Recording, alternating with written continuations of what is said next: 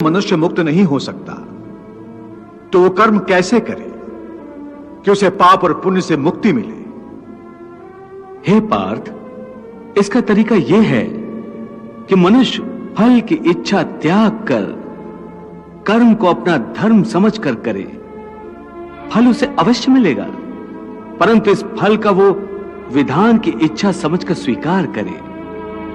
ज्ञानी पुरुष इसी योग को अपनाकर कर्म योगी बन जाते हैं। वाह प्रभु वाह! उस कर्म का तरीका बताओ जिससे कर्म करो और बंधन भी ना हो। इसका बड़ा ही सहज तरीका है। तुम कर्म फल में आसक्ति मत रखो। यह कैसे हो सकता है? फल प्राप्ति की इच्छा तो हर कोई करता है। परंतु क्या इच्छा करने से मनुष्य को फल की प्राप्ति होती है? नहीं अर्जुन, क्योंकि फल तो प्रारब्ध के हाथ में है, और जो भी मनुष्य फल प्राप्ति की इच्छा करता है उसका मन फल के बारे में सोचकर अपने कर्म और कर्तव्य से विचलित हो जाता है, और उसे वो फल प्राप्त नहीं होता जिसकी उसने इच्छा की थी।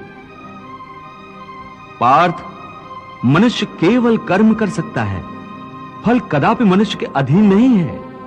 केशव, यदि फल की प्राप्ति मनुष्य या उसके कर्म के अधीन नहीं है, तो कर्म ही क्यों करे?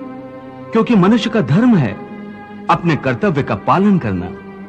इस कर्तव्य पालन के लिए आवश्यक कर्म करना।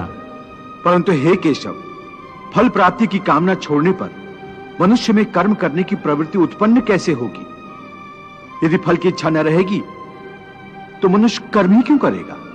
हे अर्जुन, जो साधारण मनुष्य फल की इच्छा से ही कर्म में प्रवृत्त होते हैं, वो सुख दुख आदि के चक्र में फंस जाते हैं।